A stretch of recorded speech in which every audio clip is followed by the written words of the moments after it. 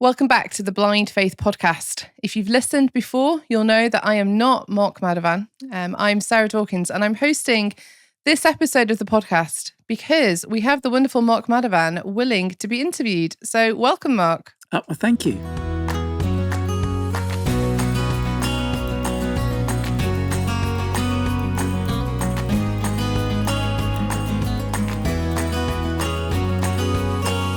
How does it feel sitting on the other side of the sofas?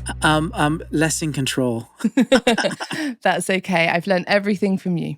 Don't blame me already. Come on. So, Mark, as we've done with everyone else, I'd love to hear what's been your experience of sight loss. So I'm registered blind now, but I first was encountering limited in my vision when I was probably 8-9 years old. And start having like night blindness. And because my siblings were running around and doing things at night, and I'm going, how in the world are you doing that? And so I thought I had night blindness, and I just continued to grow up. I still did my driving license and driving test and passed that. And then eventually I was moved to London and linked up to Moorfields Eye Hospital. And they had a look at my eyes and they did loads of tests. And there was one of those occasions where too many people in white coats all entered the room looking rather somber. And then the big prof comes in and he said, Mark, do you know what you have? And I went, night blindness. He went, no, that's the first symptom. And that was when I first found out my condition. And I was 26 and immediately registered partially sighted, and a year later registered blind. And my sight has been deteriorating ever since. And I'm like, I can do light and dark now, and it will be complete blackout probably in the next year or two. Wow, that's a lot. And 26, is that young for that particular diagnosis, or is that quite normal? It's that particular, so it's retinitis pigmentosa, but the strand it's called RPGR, which is an X-link, so blokes get it. So they can actually measure, and they can probably tell me when it was going to happen. So that was about normal for that condition. It's about normal. How did you react to that? What did you do when you got that diagnosis? It was one of those moments where everything changed, but nothing changed. So, nothing changed as in when I walked out, I could see as much as I did when I walked in. But it was all of our, the plans and thoughts and future dreams and stuff all sort of got crunched up and start again. I'd been married, Kathy and I got married 2 years before we found that out. So when we got married, we knew I had night blindness, so I limited when I could drive and things. So I drove in the daytime, not in the evening. And then they said, you're not allowed to drive anymore. And in part of that was a relief because I was finding it harder. And in part it was a real challenge because again, I lost mobility. And basically the whole life was just had to be re-sketched out with kids, with career, with everything. So it was a not quite back to the drawing board because life continued, but it was, okay, you need to think differently. And I think Kathy hit Kathy harder than me. But we because we both were processing it in different ways because we both had different perspectives on it, but we both had to deal with it.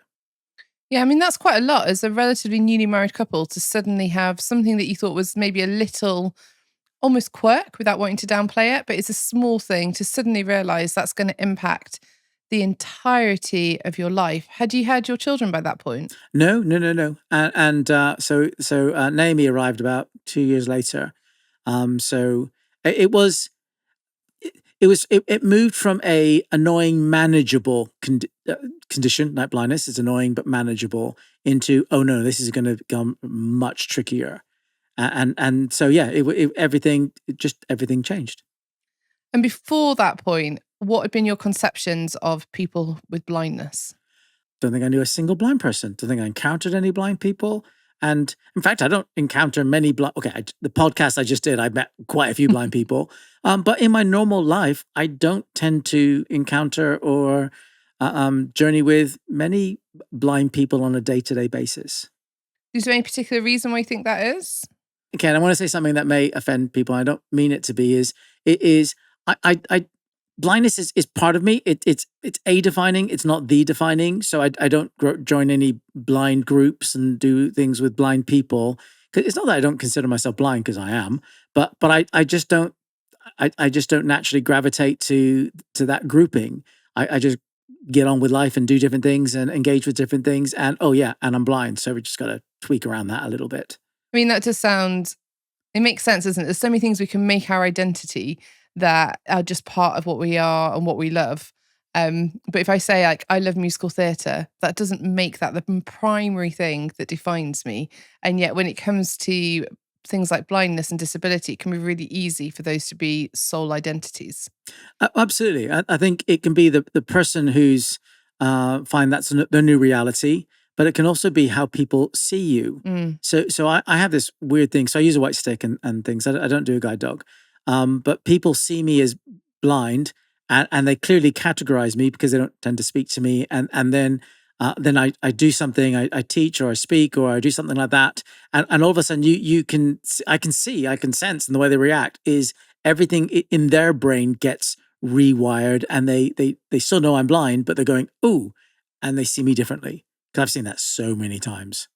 Yeah, I can imagine if you're suddenly on a main stage speaking, which I know you've done quite a lot of, you're seen very differently. Yes.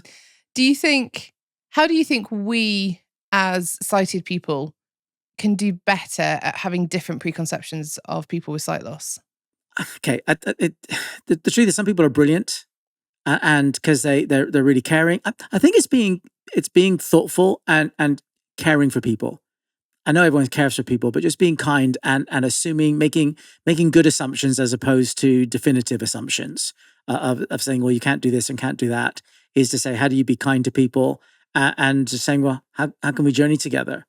And so I often encounter people who say they don't know how to handle blind folks. And it's not because they're mean or because they even they have preconceptions. It's often they don't know what to do with them. Mm. I'm a pastor of a church, and one thing I find is when people pass away, like someone becomes a widow or widower, and they say, "But everyone just avoids me," and I'm saying, "Look, it's not because they don't like you; it's because they don't know what to say." And so my job is to try to encourage the wider community around them, is just saying, just be normal with them, just be friends with them. You don't even have to talk about it. You haven't got to say the right words. It's just be there for them and journey together. So I think, to answer your question, is just be there, be a friend, just be there for them. It's treat them like a human being, right? It depends on how you treat human beings, okay? Okay, I was making an assumption that we were treating human beings really well. And some people do, don't they? Some people do. That is true. You mentioned you're a pastor of a church. Can you tell us a bit about your faith journey and how that's grown and changed over the years? So I was brought up in a family that went to church, and I've always been taught about Jesus and his love for me, and I always accepted it, and so that's just what I believed.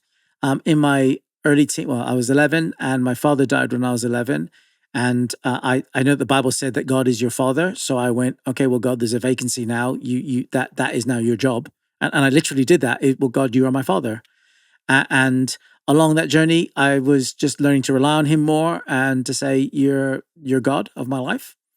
When I was 16, I went on a mission, actually.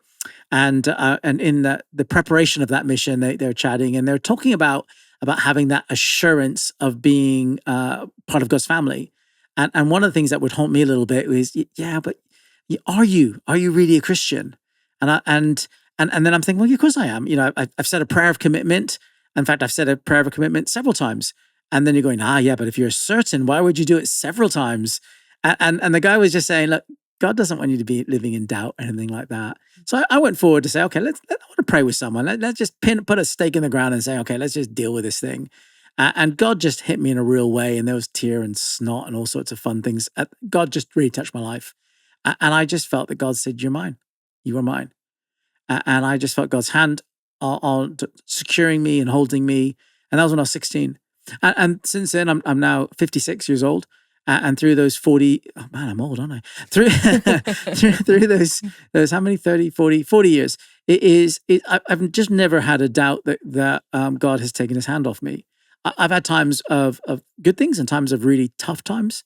But God's just has been with me. So when that diagnosis happened when I was 26 and son registered blind 27, it's not that God had abandoned me, because the God who was with me earlier is still with me now. And it's just saying, okay, Father God, how is this going to work then?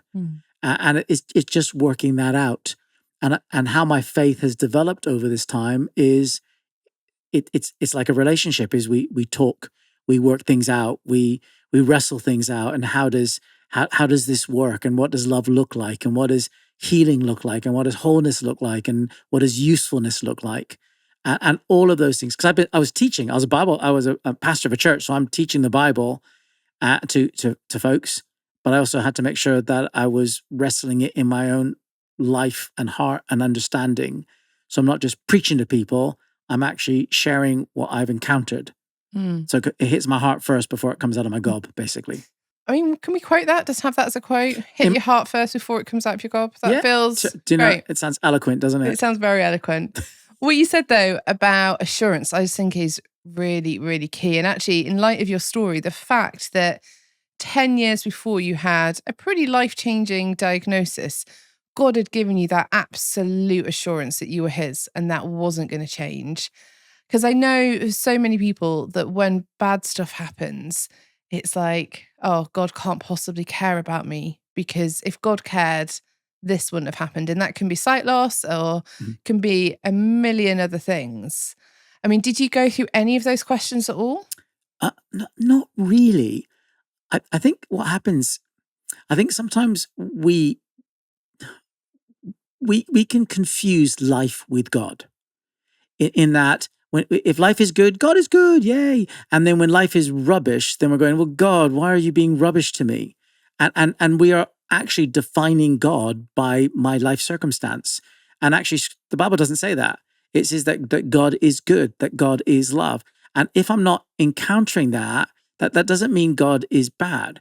If you look at Jesus, his life, I mean, he was persecuted and criticized and eventually, tortured and eventually killed on a cross. I know he rose again, and that's a real powerful part of it. But life, that was hard. That doesn't mean God was hard, because he didn't confuse life and what was happening and the way people were treating with him as a reflection of God's love on him. Is he saw that as different. And I think sometimes we can let our life circumstance, even when it's quite big and really heavy, it can eclipse God. Like the moon, which is a lot smaller than the sun, can actually block out the sun. And the moon's still pretty big. Yeah. But I think some of our circumstances that are still pretty big can block out God. Even though God is really big, we can find that. And I think some of our challenges is to keep hanging on that God is actually bigger than the life circumstances. God's definition is bigger than what I'm experiencing, even though what I'm experiencing may be really challenging. That's a really helpful way of putting it. I was reading Hebrews a couple of weeks ago, and the thing that really struck me was how it says everything is under Jesus' control. And you're just like, oh yeah, everything. So that little thing that I'm worrying about, that big thing that I'm scared of, everything. And yeah, so if you get a horrible diagnosis that you would never necessarily choose to have, you can go, okay, Jesus has got this. I think it's absolutely true. And I think there's another verse in Colossians which talks about that in Christ, he holds all things together. Yeah. And I like that picture because because sometimes we can go into the line as in, well, if everything's under God's control, why am I blind? Did God make me blind? And is God doing the bad things? And actually, the Bible's really clear. God is not the originator of bad things. But I love that picture of he holds it together, because there is a time when Jesus says, a time when I will come back and I will change everything. Yeah. But as for now, is God's longing for people to come and turn to him. He doesn't force us. He calls us and woos us and wants us to come. He's giving us chance to respond. And in this middle ground where I have responded, but the whole world hasn't, is Jesus still holds it together. And even when I feel like I'm maybe falling apart here, it's that confidence that God says, no, I'm still holding it and you're part of it. So therefore I'm holding you together. Such good news, isn't it? Oh, definitely. Yeah. There's just such hope there, and hope not in a flimsy, oh, we hope this happens, but actually it's going to happen and it is happening. That we can know the absolute security that we've got. And 100%. And just to be honest again, it is, but that doesn't mean I don't have days where I'm going, this is rubbish. I'm not sure if I can handle this. That still happens. I still have that in days. And I get down days and I'm very weird in that but even in that, I still believe that God still has it. God, I don't know what in the world you're doing, and I wish you would step in. And I'm not enjoying this. I know you still have it, but it's tough, and it's okay to have tough days. But I just have to keep reminding myself and keep memories. But God's bigger. Yeah, God's bigger. the bigger story is way better than the individual day, and even a run of horrible days. Yeah, Jesus is still so much better. One thing I've been wondering about is, how do you do ministry when you can't see? So I'm sure people have said to you, well, I guess people said to you, Mark, you can't do this because of your sight. But practically, how do you do it? What does it look like?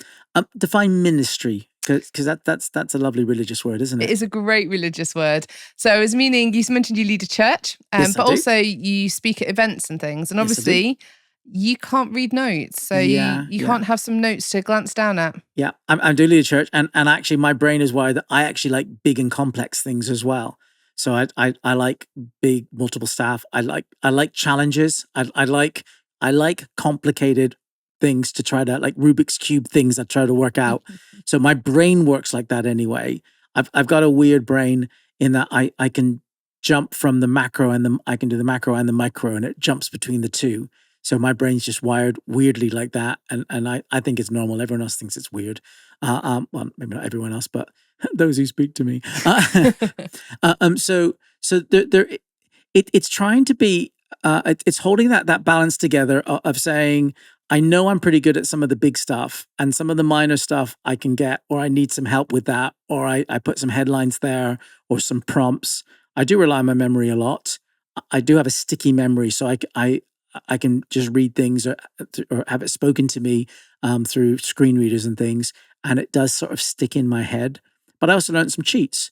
So when I write sermons, so I have been able to look at notes for sermons for the last maybe 5 years or so. My site's got bad with that. But I write my sermons out in full. I dictate, and so I can show. I'm preaching in a couple of days' time, and my sermon is fully written out, and so I can show people it if they want. But I write it as I would say it, and therefore I remember the flow of things, and it just sticks in my mind. My brain just does it. It's incredible. But I think my brain has that natural ability a little bit anyway. But then it's like a muscle that you keep building and trying. And again, as necessity is a great inspirer. As I have to do it. Yeah. And if you're, I was speaking at a big event earlier this year, and it was a very big event, and I just had to get it in my head. And I'm going, you can't afford to not know it. So I just went over it again and again and again and again, and up you go. People always say, but what happens if your mind goes blank? Yeah. And I go, well, the truth is, if you're a speaker, your mind often goes blank. Those are the moments your mind goes blank, and then you look down at your notes. Now, with me, my mind goes blank, and it's not that I've suddenly forgotten everything. It's in my head. I just gotta wait a second, and it'll come again. It's don't panic, and I just got to teach myself, don't panic. Just step into it, but it's a muscle. You just learn. And there's lots of things I can't do. I mean, I was interviewing some of the folks who are blind who navigate across the country all by themselves on trains and things, and I can't do that. I always get people for that. So the truth is, some things we're all good at, and other things we're all going, I'm intimidated by that. And yeah, that's how I see it, really. I think that's fair. And it's interesting, isn't it, that one thing that I've learned since I started working for Torch is that not one blind person is like another blind person. Not only the diagnosis is totally different, but also the way in which they live life is totally different. And it's amazing how God has gifted people for the situations that they're in. You know, it's not like God didn't know that this is what your life would turn out like. He's given you everything that you need in order to do it, which feels kind of, intimidating maybe. And I think it's just across, because life in the wider sense, it's often we see people we admire and I want to be like them. But if you're trying to mimic them, you're going to fail. Yeah. And there may be some things you can learn from them, and that's great. But if you're trying to mimic them, it doesn't work well. And I think that probably also applies with blindness and other disabilities. If you see someone, you go, oh, I want to be just like them, you're going to struggle because you're not like them. But you can learn things. You're going, how do you? So I often will say, how do you do that? And what do you? And some things I nick and go, I'll do that. And other things I'm going, that's yours, mate. I'm not touching that. And it's okay. It's trying to learn, how do I be the best version of me. And I don't mean, hey, pretty version of me, but how do I do life that I'm learning things, I watch things and I'm going, oh, I'm gonna try that and see if it works and settles and fits my rhythm as well. That's really cool. You know the last question. You've asked it enough during the series. What would that question be, Sarah? That question is, if we could go back and meet 19-year-old Mark Madavan, knowing everything that's to come in your life, what's the one thing that you'd want to go and tell him?